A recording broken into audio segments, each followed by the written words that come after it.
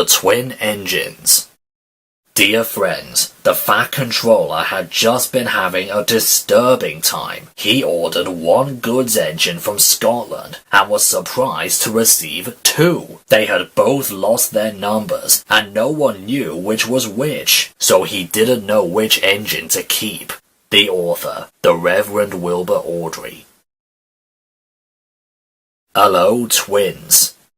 More and more people travelled on the Fat Controller's railway. More and more ships came to the harbours. Everyone had to work very hard indeed. The trucks complained bitterly. But then, trucks always do, and no one takes much notice. The coaches complained too. No sooner had they arrived with one train than they had to go out again with fresh passengers as another. "We don't know whether we're coming or going," they protested. "We feel quite distracted." "No one can say," grumbled Henry, "that we're afraid of hard work, but we draw the line on goods trains," finished Gordon. "Dirty trucks, dirty sidings," put in James. "What are you boiler aching about?" asked Duck. "I remember on the Great Western, that tin pot railway." "Tin pot indeed. Let me tell you—" "Silence!" ordered a well-known voice. "Let me tell you that an engine for goods work will arrive from Scotland tomorrow." The news was received with acclamation. The Fat Controller stared. "Did you say two engines, Inspector?" "Yes, sir." "Then send the other one back at once." "Certainly, sir." "But which?" The Fat Controller stared again. "Engines have numbers, Inspector," he explained patiently. "We bought number 57646. Send the other one back." "Quite so, sir. But there is a difficulty." "What do you mean?" "The two engines are exactly alike, sir, and have no numbers. They say they lost them on the way." The Fat Controller seized his hat. "We'll soon settle this nonsense," he said grimly. The two engines greeted him cheerfully. "I hear you've lost your numbers," he said. "How did that happen?" "They more than lately slipped off, sir. You get all it is," the engine spoke in chorus. "I know. Accidentally, on purpose." The twins looked pained. "Sir, you wouldn't be thinking we lost them on purpose?" "I'm not too sure," said the Fat Controller. "Now then, which one of you is 57646? "That, sir, is just what we can't mind." The Fat Controller looked at their solemn faces. He turned away. He seemed to have difficulty with his own. He swung round again. "What are your names?" "Donald and Doggy, sir." "Good," he said. "Then your controller can tell me which of you is which." "Och, you no get muckled up with them, sir." "Why?" "He didn't ken our names, sir." "How could he? We only given ourselves names when we lost our numbers." "One of you," said the Fat Controller, "is playing truant. I shall find him out and send him home." "Inspector," he ordered, "give these engines numbers and set them to work." He walked sternly away. The missing coach. Soon, workmen came to give the twins their numbers. Donald was 9 and Douglas 10. When the men went away, they were left alone in the shed. "You may have noticed, Dougie, that your painters forgot something." "What did they forget?" "They painted brand new numbers on our tenders, but they put none on us." Donald winked broadly at his twin. "You mean," grinned Douglas, "that we can—" "Just that," chuckled Donald. "Heard you wished, there's the inspector." "Now, 9 and 10, smiled the inspector. "Here's Duck. He'll show you round before you start work." The twins enjoyed themselves and were soon friends with Duck. They didn't mind what they did. They tackled goods trains and coaches easily, for once the twins have shunted them, trucks knew better than to try any tricks. "We like it fine here," said Donald. "That's good," smiled Duck. "But take my tip, watch out for Gordon, Henry and James. They're sure to try some nonsense." "Don't fash yourself," chuckled Douglas. "We'll soon settle them." Donald and Douglas had deep-toned whistles. "They sound like buses," said Gordon. "Or ships," sniggered Henry. "Tugboat Annie," laughed Gordon. Donald and Douglas cruised quietly up, one on each side. "You wouldn't be making fun of us, would you now?" asked Donald. Gordon and Henry jumped. They glanced nervously from side to side. No, said Gordon. No, certainly not, said Henry. "That's fine," said Douglas. "Now just mind the both of you, and keep it that way." That was the way Gordon and Henry kept it. Every day, punctually at 3:30, Gordon steams in with the express. It is called the Wild Nor'Wester, and it is full of people from England, Wales and Scotland. There is also a special coach for passengers travelling to places on Thomas's branch line. When the other coaches are taken away empty, engines have to remember to shunt the special coach to the bay platform. It doesn't wait there long. Thomas, with Annie and Clarabelle, comes hurrying from the junction to fetch it. Thomas is very proud of his special coach. One afternoon, Douglas helped Duck in the yard, while Donald waited to take a goods train to the other end of the line. As Duck was busy arranging Donald's trucks, Douglas offered to take away Gordon's coaches. Douglas was enjoying himself when an awful thought struck him. "I hope the Fat Controller doesn't find out I shouldn't be here. I couldn't abide going back." He worried so much over this that he forgot about Thomas's special coach. He pushed it with the others into the carriage siding, then ambled along to join Donald at the water column. As he went, Thomas scampered by, whistling cheerfully.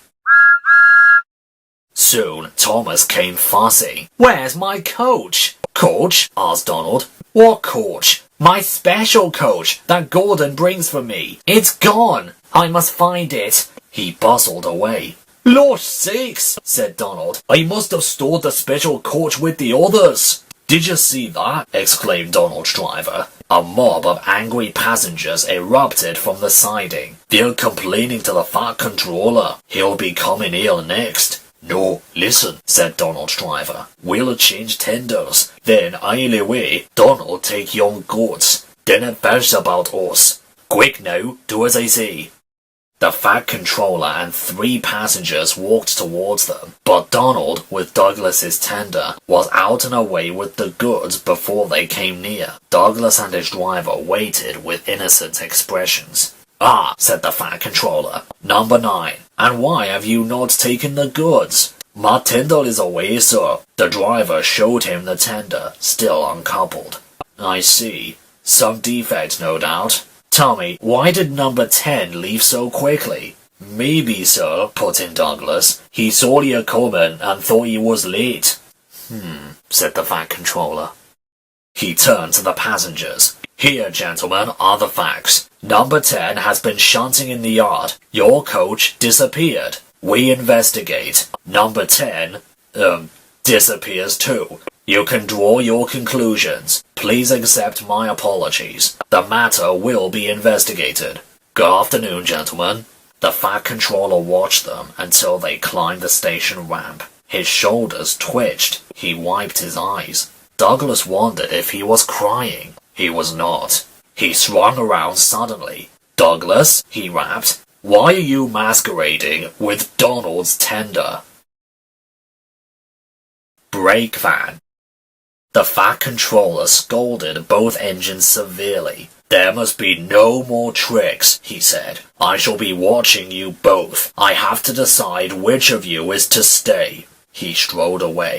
The twins looked glum. Neither wanted to stay without the other. They said so. "Then what is to do?" wondered Douglas. "Ugh," said Donald. "Each one be as good as the other. Then he'll have to keep us both." Their plan was good, but they had reckoned without a spiteful brake van. The van had taken a dislike to Douglas. Things always went wrong when he had to take it out. Then his trains were late, and he was blamed. Douglas began to worry. "You're a muckle nuisance," said Donald one day. "It's the leave you behind I be wanting." "You can't," said the van. "I'm essential." Oh, hiya, Donald burst out. You're nothing but a screeching and a noise when all is said and done. Spite doggy, would ya? Take that! Ow, ow, ow, ow, cried the van. Heard your wished, said Donald severely. There's more coming should you misbehave. The van behaved better after that. Douglas's trains were punctual, and the twins felt happier. Then, Donald had an accident. He backed into a siding. The rails were slippery. He couldn't stop in time and crashed through the buffers into a signal box. One moment the signalman was standing on the stairs. The next, he was sitting on the coal in Donald's tender. He was most annoyed. You clumsy great engine, he stormed. Now you must stay there. You've jammed my points. It serves you right for spoiling my nice new signal box. The fat controller was cross too. I am disappointed, Donald, he said. I didn't expect such clumsiness from you. I had decided to send Douglas back and keep you. I am sorry, sir. But Donald didn't say what he was sorry for. We know, don't we? I should think so too, went the fat controller indignantly. You have upset my arrangements. It is most inconvenient. Now James will have to help with the goods work while you have your tender mended. James won't like that. The fat controller was right. James grumbled dreadfully. Anyone would think, said Douglas, that Donald had his accident on purpose. I heard tell, he went on, about an engine with some tar wagons. Gordon and Henry chuckled. Shut up, said James. It's not funny. Well, said Douglas innocently. Surely, James, it wasn't a you. You didn't see. James didn't say. He was sulky the next morning and wouldn't steam properly. When at last he did start, he bumped the trucks hard. He's cross, snickered the spiteful brake van. We'll try to make him crosser still. Hold back, whispered the van to the trucks. Hold back, giggled the trucks to each other. James did his best, but he was exhausted when they reached Edward's station. Luckily, Douglas was there. Help me up the hill, please, panted James. These trucks are playing their tricks. We'll show them, said Douglas grimly. Come on, puffed James crossly. Get moving, you, puffed Douglas from behind. Slowly but surely, the snorting engines forced the unwilling trucks up the hill. But James was losing steam. I can't do it, he panted. Leave it to me, shouted Douglas. He pushed and he puffed so fiercely that sparks leapt from his funnel. Roar! Groaned the van. I wish I had never thought of this. It was squeezed between Douglas and the trucks. Go on, it screamed, but they took no notice. The guard was anxious. Go steady, he yelled to Douglas. The van's braking. It was too late. The guard jumped out as the van collapsed. He landed safely on the side of the line. I might have known it would be you, Douglas. I'm sorry, sir. Maybe I was clumsy, but I wouldn't be beating on your tricksy van. I see, said the fat controller. Edward brought workmen to clear the mess. Douglas was grand, sir, he said. James had no steam left, but Douglas worked hard enough for 3. I heard him from my yard. 2 would have been enough, said the fat controller dryly. I admire your determination, but I don't know. I really don't know. He turned and walked thoughtfully away. The Deputation. He'll send us away for sure, Donald. I'm thinking you're right there, doggy. The looks ain't been against us. An engine didn't care what to do for the best. Snow came early that year. It was heavier than usual. It stayed too and choked the lines. Most engines hate snow, but Donald and Douglas were used to it. They knew what to do. Their drivers spoke to the inspector, and they were soon coupled back to back with a van between their tenders. Then, each with a snowplow on their fronts, they set to work. They puffed busily backwards and forwards, patrolling the line. Generally, the snow slipped away easily, but sometimes they found deeper drifts. Then they would charge them again and again, snorting, slipping, puffing, panting, till they had forced their way through. Presently, they came to a drift that was larger than most. They charged it and were backing for another try. There was a feeble whistle. People waved and shouted, "Losh sakes, Donald, it's Henry! Don't embellish yourself, Henry! Bid away, we'll have you out!" The Fat Controller was returning soon. The twins were glum. "He'll send us back for sure," they said. "It's a shame," sympathized Percy. "A lot of nonsense about a signal box," grumbled Gordon. "Too many of those, if you ask me." "That brake van too," put in James. "Good riddance, that's what I say." "They were splendid in the snow," added Henry. "It isn't fair." They all agreed that something must be done, but none knew what. One day, Percy talked to Edward about it. "What you need," said Edward, "is a deputation." He explained what that was. Percy ran back quickly. "Edward says we need a deputation," he told the others. "Of course," said Gordon. "The question is, what is a desperation?" asked Henry. "It's when engines tell the Fat Controller something's wrong and ask him to put it right." "Did you say tell the Fat Controller?" asked Doug thoughtfully. There was a long silence. "I propose," said Gordon at last, "that Percy be our, disputation." "I?" squeaked Percy. "I can't." "Rubbish, Percy," said Henry. "It's easy." "That's settled then," said Gordon.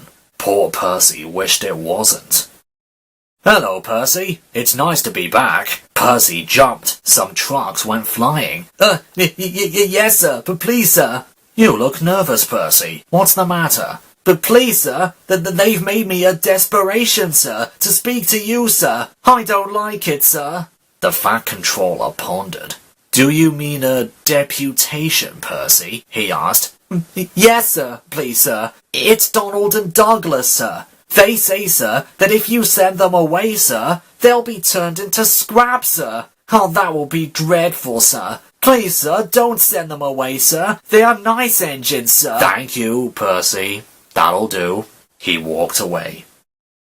"I had a, deputation yesterday," said the Fat Controller. "I understand your feelings, but I do not approve of interference." He paused impressively. "Donald and Douglas, I hear that your work in the snow was good. What colored paint would you like?" The twins were surprised. "Blue, sir, please." "Very well, but your names will be painted on you. We'll have no more mistakes." "Thank you, sir." "Does this mean that for both of us?" The Fat Controller smiled. "It means," but the rest of his speech was drowned in a delighted chorus of cheers and whistles.